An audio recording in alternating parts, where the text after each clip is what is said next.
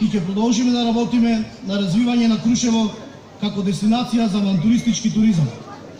Заедно со Агенцијата за промоција и поддршка на туризмот поставивме нова вештачка трева и го уредивме полетувалиштето на Мечкин камен, а со Воздухопловната федерација на Македонија се посветивме на промоција на ова првенство и на Крушево се разбира.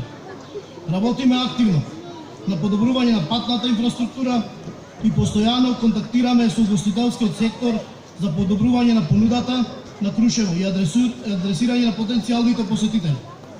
Подготвени сме Крушево да го промениме во однос на туризмот и нашиот град да стане дестинација за 4 сезони.